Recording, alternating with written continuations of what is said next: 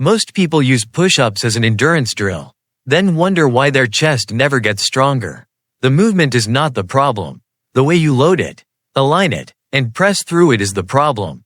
If your shoulders are doing most of the work, your chest never gets the stimulus it needs to grow stronger.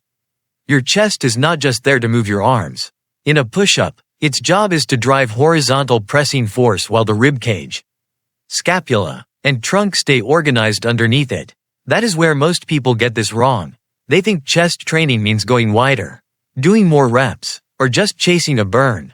But real chest strength comes from creating a pressing position where the pecs can produce force through a stable structure. If your shoulders roll forward too early, if your elbows flare without control, or if your torso drops without tension, then the chest loses leverage and the representative turns into a loose survival pattern instead of a strong press. You need to understand the mechanics clearly. At the bottom of a strong push-up, your chest should be loaded like a spring, not stretched into collapse. Your hands are not randomly placed under you. They are set in a position that lets the upper arm move slightly out from the torso, but not so wide that the shoulder takes the stress.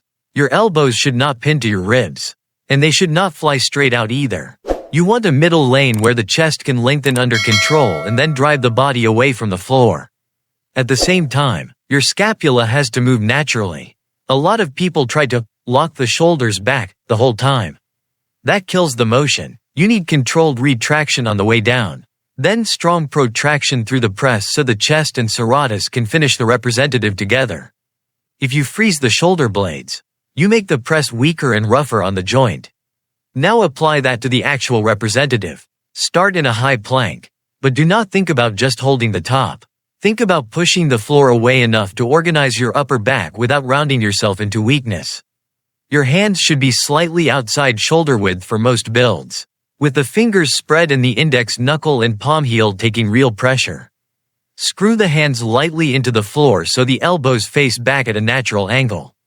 From there, lock the ribs down, squeeze the glutes, and keep the head in line with the spine. That gives the chest a platform to press from. As you descend, do not just drop. Pull yourself down under control. That changes the whole exercise. The chest should feel like it is receiving load, not just watching gravity happen. Let the elbows bend with control. Let the shoulder blades move around the rib cage, and bring the sternum between the hands instead of reaching the face forward. If your hips sag, the chest loses its line of force. If your shoulders shrug, the upper traps start stealing the movement. If your elbows flare too early, the shoulder joint gets noisy and the chest loses clean leverage. At the bottom, pause for a fraction of a second without relaxing. That pause matters because it shows you whether you own the position or just bounce through it. Your chest should be stretched. Your trunk should still be tight. And your hands should still be actively pressing into the ground. Then drive up by thinking about bringing your upper arms toward the midline and pushing the floor away through the heel of the hand. Do not think about just straightening the elbows. That turns it into a triceps-only finish for a lot of people. Think about pressing the body away with the chest while the scapula wraps naturally at the top. Here's where most people stop, but here's the advanced layer. If you want push-ups to build real chest strength, you need more effective loading, not just more repetitions. That means increasing the challenge where the chest actually has to work hard. Elevate the feet slightly if you can keep position. Use push-up handles or dumbbells to create more range if your shoulders tolerate it. Slow the lowering phase so the chest has to absorb force. Add a 1-second pause at the bottom so momentum cannot save you. Those changes turn a bodyweight movement into a real strength builder because they force the pecs to produce force from a disadvantaged position instead of coasting through easy reps. To train this well, stop treating every set like a conditioning test. Use sets that leave your mechanics intact. If your chest stops being the limiter and your neck, shoulders, or lower back start taking over, the set has already gone too far. Run controlled sets where every representative looks the same. Use a 3-second lowering phase for a few weeks.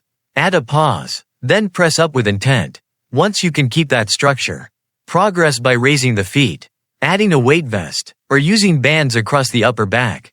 Pair push-ups with movements that reinforce the same mechanics, like deficit push-ups, ring push-ups if you can control them, and chest-focused dips only if your shoulders stay clean. To retain the skill, Film your reps from the front and side. Check whether your elbows are drifting too wide, whether your chest is actually lowering between the hands, and whether your body stays connected from ribs to hips. Then test it under fatigue without letting the pattern break. That is where the transfer happens. The push-up starts building real chest strength when each representative becomes a clean press. Not just a way to survive the floor. Watch your next set closely. Because the moment your shoulders take over, the chest stops getting what you came for.